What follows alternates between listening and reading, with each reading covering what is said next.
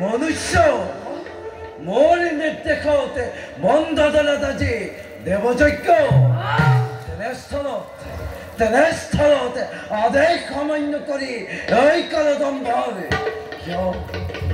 ইজন কৰ তই দেৱযজ্ঞ হৰিপূজা বন্ধ কৰিবলৈ কোনে দিলে তোক অধিকাৰ হৰি বিমুখ পাখণ্ড আজি তই পাবি উচিত দণ্ড শিগালৰ মুখত শুনো সিংহৰ গৰ্জন দেখো বাৰু কোনে কৰে আজি তাৰ বিনাশ আক্ৰমণ কৰা